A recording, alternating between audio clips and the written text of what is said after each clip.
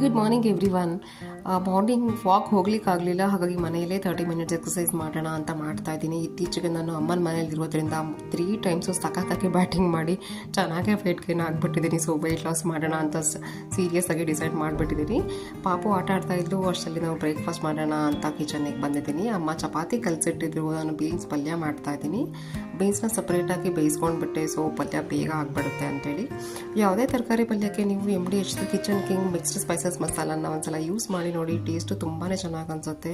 ಎಷ್ಟು ರುಚಿಯಾಗಿ ಆಗುತ್ತೆ ಪಲ್ಯ. ನಾನು ಆಲ್ಮೋಸ್ಟ್ ಎಲ್ಲ ಪಲ್ಯಗಳಿಗೂ ಯೂಸ್ ಮಾಡ್ತೀನಿ, ನೀವು ಒಂದ್ಸಲ ಟ್ರೈ ಮಾಡಿ.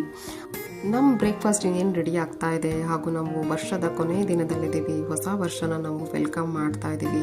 ಹೊಸ ವರ್ಷ ನಿಮಗೆಲ್ಲ ಒಳ್ಳೆಯದಾಗಲಿ ಅಂತ ವಿಶ್ ಮಾಡ್ತಾ ಇದ್ದೀನಿ. ಹಾಗೂ ಹೊಸ ರೆಸೊಲ್ಯೂಷನ್ ಒಂದಿಗೆ ಹೊಸ ವರ್ಷನ ವೆಲ್ಕಮ್ ಮಾಡೋಣ. ಗೋಲ್ ಅವ್ರ ಪಪ್ಪ ಕೂಡ ಬಂದಿದ್ದರು, ಅವ್ರ ಜೊತೆ ನಾನು ವಿರಾಟ್ ಥರ ಬ್ಯಾಟಿಂಗ್ ಮಾಡ್ತೀನಿ ಅಂತ ಹೇಳಿ ಕ್ರಿಕೆಟ್ ಆಡ್ತಾ ಇದ್ದಾಳೆ. See you in my next vlog. Bye bye.